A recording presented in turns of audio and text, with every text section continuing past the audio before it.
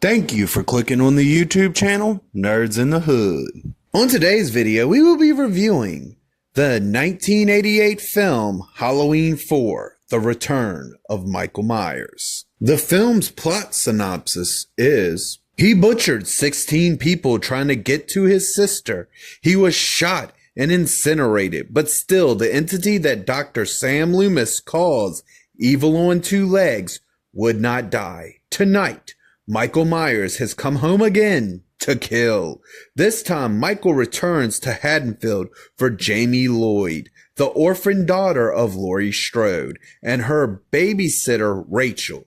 Can Loomis stop Michael before the unholy slaughter reaches his innocent young niece? The cast for the film is: we've got Donald Pleasence reprising his role as Dr. Sam Loomis. We have Ellie Cornell as Rachel Crothers.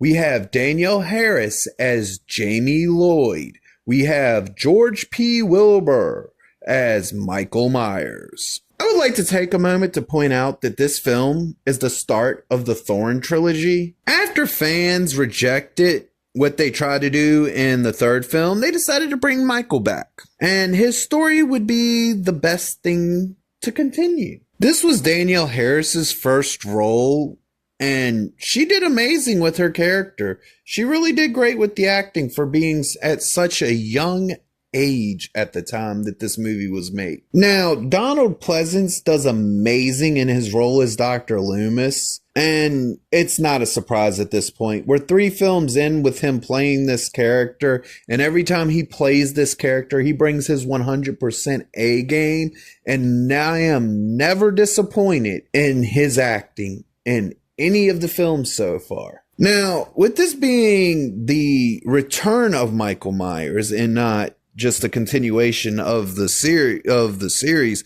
they changed the opening for this film so that it would be a more normal opening where you have the credits playing over top of things going on in the background that actually pertain to the movie.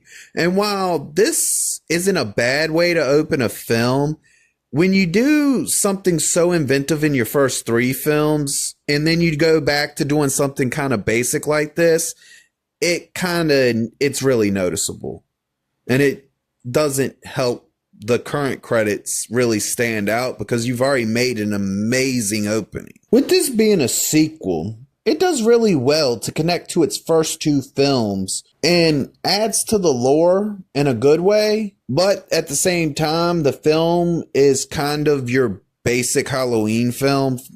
You're getting the same thing you got in the first 2 films, but slightly different, so it doesn't stand out as much. Now, because they're still using the John Carpenter Halloween theme song, it's still a banger. It's still a good-ass song.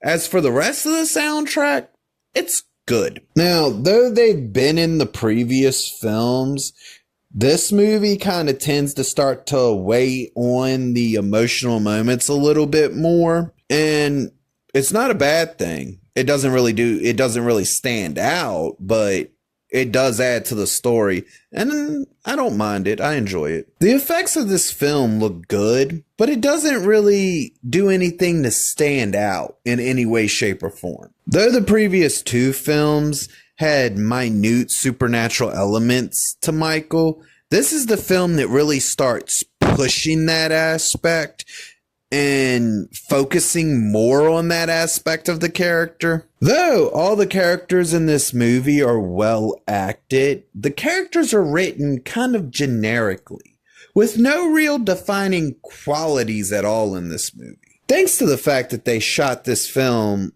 on location in Utah, specifically around Salt Lake City, this movie looks amazing.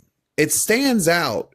And when they do things like this, when they do the shooting on location thing, it really helps to make the film feel real, because you picked a real location and it adds to the realism of what you're doing. Even if your movie isn't real or realistic, it adds to making it feel that way.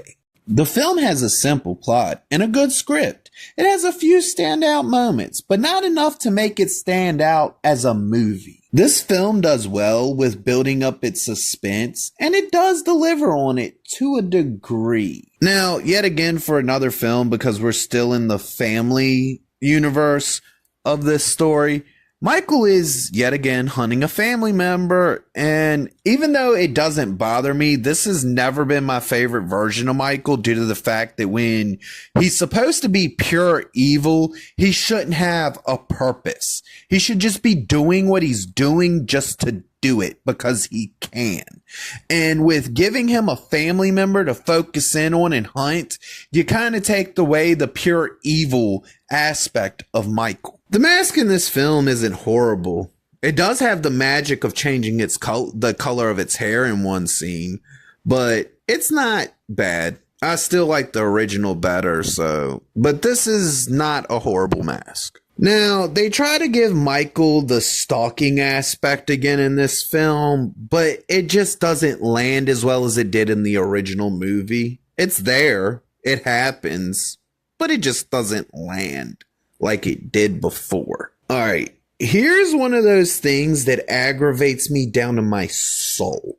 And that's when you have your slasher film killer do almost all, if not all of his killing off screen, and then all you do is show the aftermath of what was done. And this film does this extremely too much. This movie does have a good third act to it, and I'm not going to spoil it, but I will say for me, it didn't really do anything that made it stand out or anything that registered as being something different or new. So even though it does do this, it's average. With the return to the original story and bringing Michael back in this film marked what would become the formula for the next handful of films. And the only way that formula ever got mixed up was because a certain director came along and decided to remake the films, and it really did change up the formula. And though I enjoy this movie, it's never been on the same level as the first two films for me. It's never really stood out as anything special or unique. It's a Halloween movie. It does Halloween movie things, and it's entertaining. This film receives the rating of, at least I'm not bored. If you liked the video, please click the thumbs up. If you disagree or agree with me, please leave a comment. And if you really want to see more of me, please hit that subscribe button.